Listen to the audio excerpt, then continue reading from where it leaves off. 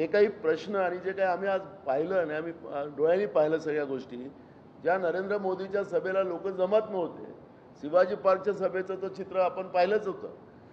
महाराष्ट्रामध्ये सगळीकडे तेच होतं.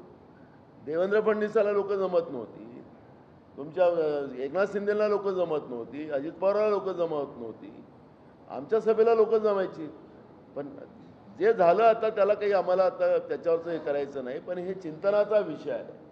लोकांचा कौल हा आणि लोकांमध्ये चर्चा सुरू झालेली आहे. आता सोशल मीडियाला तुम्ही बघा, म्हणजे मी सांगण्यापेक्षा सोशल मीडिया तुम्हीच उघडा, तर सोशल मीडियावर आता लोक त्याच गोष्टीवरची चर्चा चालू आहे.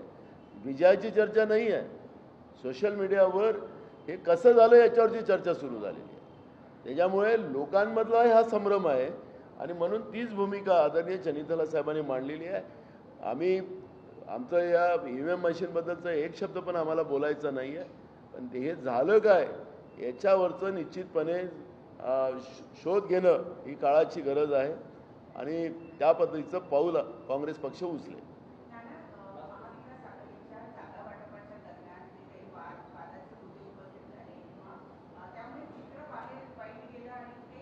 आमच्यापेक्षा जास्त महायुतीमध्ये होतं, पण आमचा पोंगा जास्त वाजला तुमच्या मीडियामध्ये, त्यांचा पोंगा वाजलाच नाही तिकडे.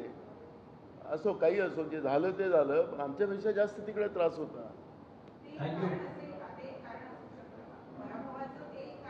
काही नाही ना. लोकांमध्ये जेव्हा आम्ही गेलो निवडणुकीमध्ये त्यावेळेस लोकांचा रिस्पॉन्स आम्हाला सगळ्यांनाच मिळत होता. पवार साहेबांना असेल, उद्धव ठाकरे साहेबांना असेल, आम्हाला असेल, सगळ्यांना रिस्पॉन्स चांगला मिळत होता. त्यामुळे त्याचा कुठलाही परिणाम नव्हता. थँक्यू.